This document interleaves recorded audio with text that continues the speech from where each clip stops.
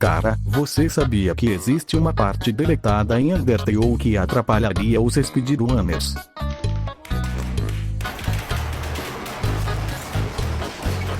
Quando você chegava no julgamento do Sans muito rápido, ele falava a seguinte frase: "Bom, você chegou bem cedo, eu vou ser honesto, você chegou tão rápido que mal terminei de comer meu sorvete. Então, você não tá com pressa, então, pode esperar 1 minuto, beleza?"